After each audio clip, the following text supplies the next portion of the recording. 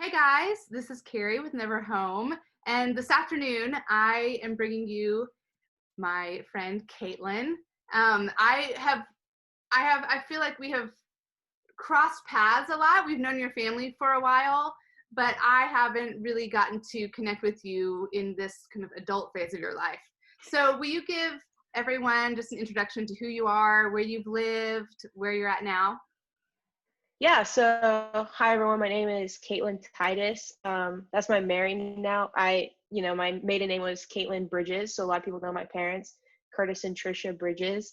But yeah, like a bit of my story. So I was born in 1995 in Taiwan. My parents had me and my sister in their first term, and I went to language school with my parents in Taiwan. And when I was about 5 years old, we moved to Inner Mongolia, northern part of China. We were there for about, I would say, 9 to 10 years. And then we moved down to Guangzhou. And then shortly after that, I joined Morrison Academy in the boarding school there. So I finished my last 4 years overseas in boarding school. And then I graduated 2013. I came to the States and I attended Liberty University for 4 years. I got a lot involved in like student leadership, was an RA for 2 years. And then I graduated, moved down to Auburn, Alabama, Auburn University, started a master's program there for a little bit, worked in residence life supervising RAs, and then in January 2018 came back up here, got married that spring, and I've been living here ever since, working with RAs on Liberty's campus.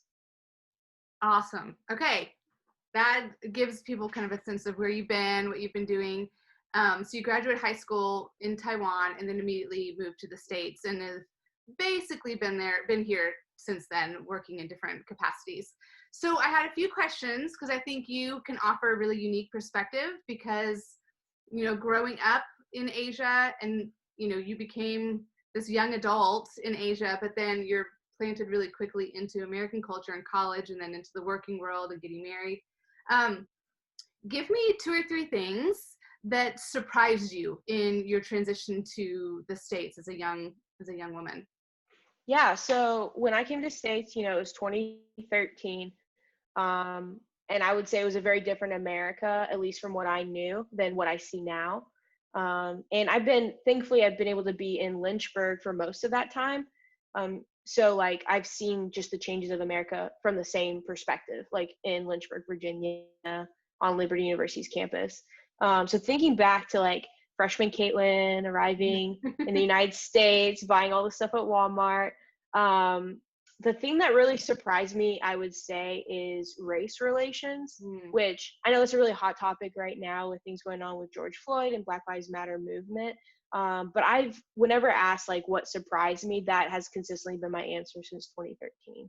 And I think we saw a shift in the United States between 2013 and now. And so I was there for that shift, and it did really surprise me. I didn't feel fully prepared for that. And then a second thing, oh yeah, what were we gonna say? Well, I was going to say, don't you think too, there's a difference in, I know some really big events would happen in America, but when we were in Asia, you really feel a distance from the Hmm. kind of emotional trauma or the emotional weight of it. And so have you seen that in yourself now that you're here and experiencing it real time with your American community? Whether it be the race relations Hmm. or other different events that have happened or topics, have you sensed that same thing now that you've been in the States for a while? Yeah, like I did not know. I knew about the history of race relations, but like I didn't really know about like moments that now I'm like, oh, that was a big moment as I look back on history. I watch documentaries that I just missed out entirely. And I think living overseas, we live in these like multi-ethnic, multiracial communities because when you're a believer in a foreign country, that's all you have, right? So like I attended a multi-ethnic church, multinational church in Guangzhou, but it didn't have the same healthy weight to it or like serious like privilege and responsibility that same unity carries in the United States. Yeah. And I also didn't really recognize the history because my parents were based in Alabama. And so there's a lot of things that people that like the community that I love and admired like families that I would consider family, to friends and families that we knew that are family to me, that I just didn't realize the history of Alabama and some of the thoughts that are normalized in that area because I didn't grow up in that area. Yeah. And so coming to Liberty, when I say I'm from Alabama, that has a different connotation to some people that I just didn't even realize as well. So I definitely have experienced it more because before it was like that's someone who's part of my country who's experiencing that racial injustice, but now that's my neighbor, Yeah. and that neighbor feeling just is a lot more real now.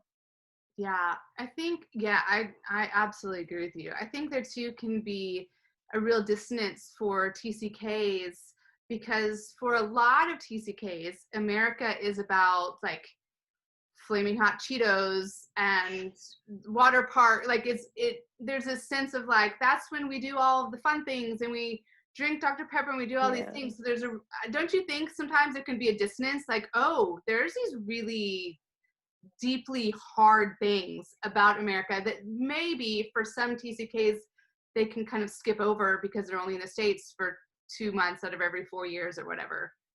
Yeah, I mean, like, just like with anything, I mean, if you're at Disney World for 365 days out of the year, you start to recognize the weaknesses in it. And so Yeah. I think with America, it's just like this theme park where everyone's giving you a ton of gifts. Yeah. Everyone's loving, like, they love to hear about your country. And they ask you some things that aren't the most inclusive, and maybe, culturally ignorant things, but they mean well, Yeah. Yeah. And then, but then when you live here like day in and day out, you start to kind of like realize, just like with the flaws of every country, you start to kind of realize the weight of that. And, I've been here 7 years. And so I reflect on what missionaries experience in their host country 7 years in. And Yeah. I say, what level of culture shock am I going through now? And personal ownership in that journey as well, because I was not raised American, but I am now American, Yeah. Yeah. and there is a personal ownership to that now that I've been trying to kind of figure out as well. Yeah,